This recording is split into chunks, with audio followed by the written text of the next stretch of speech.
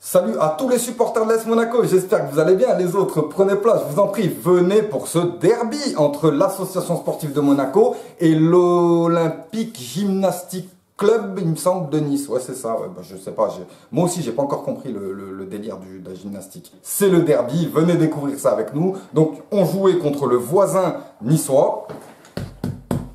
Gueule!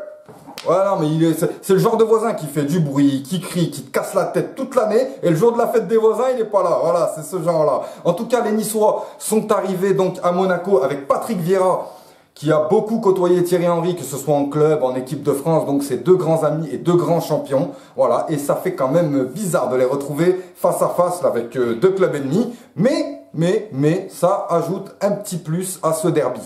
Donc ce derby, il commence donc avec Nice qui commence très très bien la partie parce que on n'a pas pu aligner nos recrues, on a dû remettre Jemerson, voilà, tu me comprends. Voilà, bon, il y avait pas Diachil, il y avait Glick, il y avait pas mal de monde, mais on n'avait ni Fabregas, ni Naldo, ni vainqueur, ni pas vainqueur, ni tout le monde, personne. Enfin voilà, ce match aurait dû se jouer en décembre, donc forcément, ils n'étaient pas qualifiés. Ce qui fait qu'on se présente là-bas avec une équipe quasi similaire à la première partie de saison, et sauf que j'ai vu quand même que l'arrivée des recrues a amené quand même un certain état d'esprit. Hein. Ah oui, on voit que l'état d'esprit est global, et concernant l'équipe. Ce qui fait que Monaco démarre bien aussi, on les voit solidaires, on les voit qu'ils attaquent ensemble, qu'ils défendent ensemble. Enfin voilà, j'ai vu vraiment des belles choses. Et ça joue quoi, ça joue, ça fait des passes, ça fait des centres, ça tente des choses. Et ça fait vraiment longtemps qu'on n'avait pas vu ça. On continue de jouer, qu'est-ce qui se passe? Encore un truc, ça par contre, ça nous manquait pas. C'est-à-dire que tout va bien et d'un coup, il y en a un qui fait un truc. Youssef Aït Benasser qui fait une passe décisive limite à Saint-Maximin. Saint-Maximin, bon, il avait Jemerson, voilà, c'est comme si tu lui mettais un enfant de 5 ans, il l'a plié. Oh lolo, Jemerson, j'ai eu mal pour toi, je te jure. Même moi, lorsqu'il y a eu le but, j'étais pas énervé pour le but, j'avais de la peine pour Jemerson.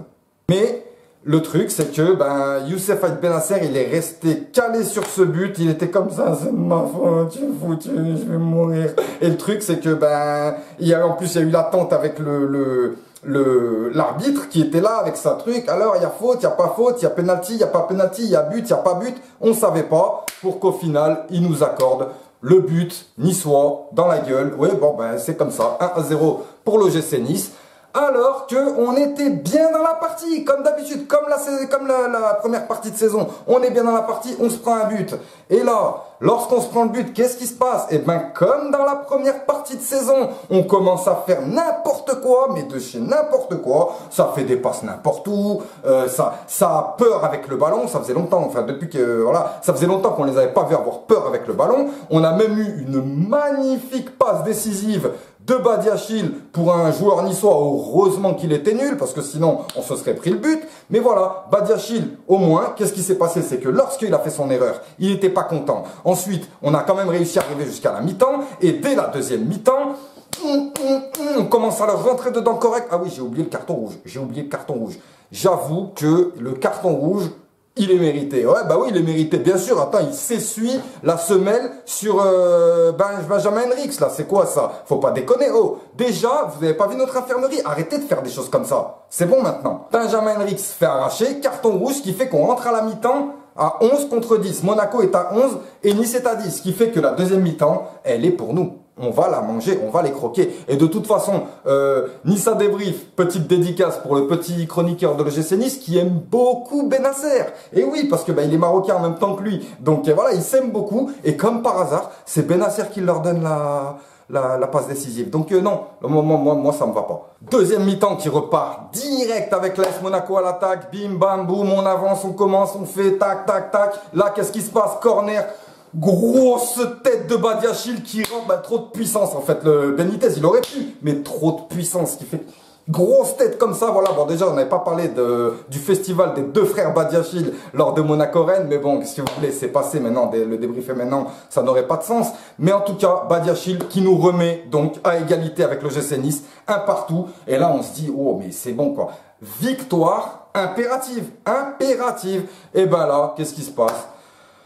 On a tout fait pour marquer, tout fait. On a fait une superbe deuxième mi-temps. Bon, attention, c'est vrai qu'ils étaient à 10. Nous, on a fait encore rentrer du Falcao, on a fait rentrer du Jovetic, on a fait rentrer pas mal de joueurs, Sidibé, et tout ça pour que, au final, on finisse avec un partout. Donc, je dirais match nul qui est mérité, pas pour les deux équipes en fait, parce que moi j'aurais voulu gagner, mais les Niçois ils auraient pu gagner aussi. Mais bon, je veux dire que pour une retrouvaille entre Thierry Henry et Patrick Vieira, au moins ça fera pas d'embrouille. Voilà, on verra pour le prochain match qui c'est qui va gagner. Donc pour le moment il y a un partout, il n'y a pas de souci. Concernant le retour de Djibril Sidibé, ben ça m'a juste fait plaisir de te voir parce que j'ai pas vu un truc énorme quand t'es rentré. Radamel Falcao aurait pu limite plier le match. Et ben Stefan Jovetic, mais quelle rentrée, quelle rentrée! Le mec, il est rapide, il est précis, il est technique, il met des petits ponts, il décale, il va à droite, il va à gauche, et il se blesse.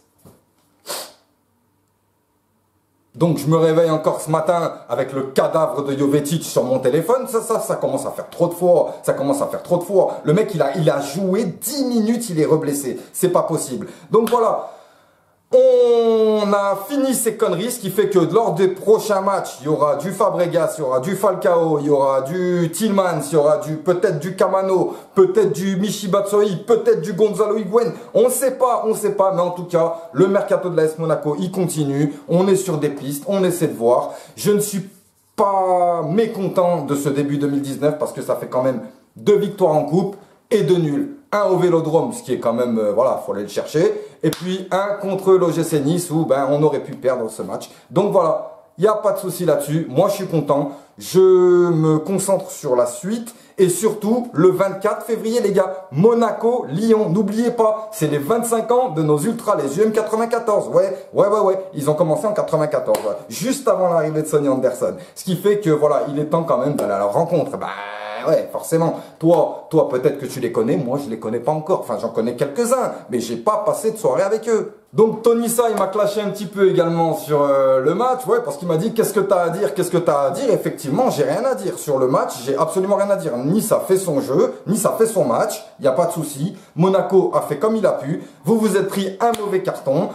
Sans parler du penalty qui n'y est pas. Non, il n'y est pas le penalty. On a eu tout de même droit en deuxième mi-temps à un superbe slalom de Attal qui a mangé Jemerson, forcément. Bon, Badiachil il est arrivé en retard parce qu'il avait un truc à faire. Mais Jemerson, même moi je te mange, c'est un truc de fou quoi.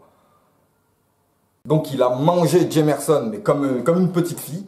Et ensuite, il s'est laissé tomber dans la surface. Oui, il s'est laissé tomber, casse-moi pas la tête, il n'y a pas penalty. Badiachil, il l'a même pas encore touché, qui commence à faire son anguille là, pour tomber. Mais arrête de te foutre de moi là, Attal. En tout cas, c'est bien, t'as bien joué ton coup. Mais bon, comme on dit, il y a une justice, et la justice a été respectée. Diego Benaglio est sorti, ça a terminé. Voilà, ouais, je sais, t'étais dégoûté, vous étiez tous dégoûtés les Niçois. Mais voilà, pour nous, ça nous fait plaisir, surtout quand vous êtes dégoûtés. Sur ce, je vous souhaite une bonne soirée. Ouais, je vous ai fait la vidéo assez rapidement parce que j'ai beaucoup de choses à faire ces derniers temps. Ça me saoule, je crois que je vais prendre une année sabbatique, même 10 années sabbatiques, je crois, parce que comme ça au moins on pourra se parler tous les jours si je veux. Donc, sur ce, je vous souhaite une bonne soirée. Je vous dis à très bientôt. Je tiens quand même à lancer une belle dédicace à Tonissa et Nissa Débrief, que sont mes potes de Nice. J'ai des potes à Nice, c'est pas le souci. Bon, la plupart, ils sont pour Monaco. Mais à part eux deux, là, mais je les aime bien, mais on se méfie quand même.